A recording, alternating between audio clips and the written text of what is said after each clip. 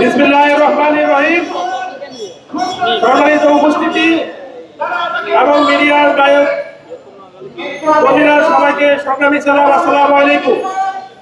5ই আগস্টের পরে দেশে যে সার্বিক পরিস্থিতি, আমরা সবকিছু কিন্তু পর্যবেক্ষণ করতেছি।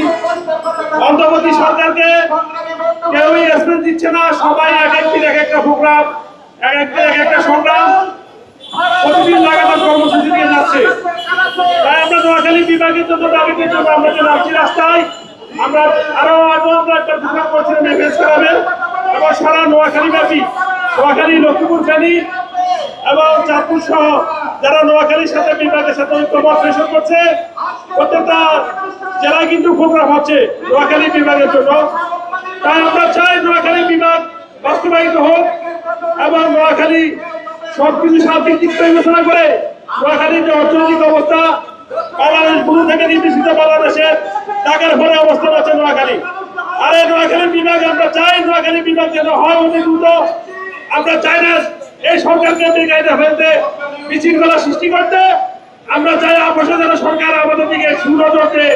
অন্তর্বর্তী সরকার ডক্টর ইউনূসকে অনুরোধ করবো, আপনারা অতি দ্রুত নোয়াখালীকে বিভাগ ঘোষণা করুন। এতে করে আপনার সুনাম আরো বৃদ্ধি পাবে। আপনি আমাদের নোয়াখালীকে বিভাগ ঘোষণা করুন। না হয় আমরা আবার বিশৃঙ্খলা করলে তাহলে শৃঙ্খলা হয়তো ফিরে আসবে। আমরা চাই না কোনো বিশৃঙ্খলা হোক, নোয়াখালী বিভাগ হোক। আমরা এটা আমাদের প্রাণের দাবি, লক্ষ মানুষের দাবি, নোয়াখালী বিভাগ হোক।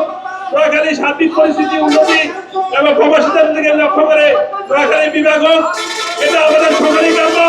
তাই আমি আশা করব এই সরকার যেন নোয়াখালী বিভাগটা, নোয়াখালী বিভাগের নোয়াখালীর মানুষ তার শোষিত দিবে, পাশাপাশি দিক থেকে নোয়াখালী অর্থনীতির দিক থেকে, প্রবাসীর দিক থেকে এবং সার্বিক উন্নয়নের দিক থেকে যাতে নোয়াখালী সব চাইতে উন্নত হয়। আমি আশা করি আমার সংযুক্ত বক্তব্য শেষ করলাম। আসসালামু আলাইকুম।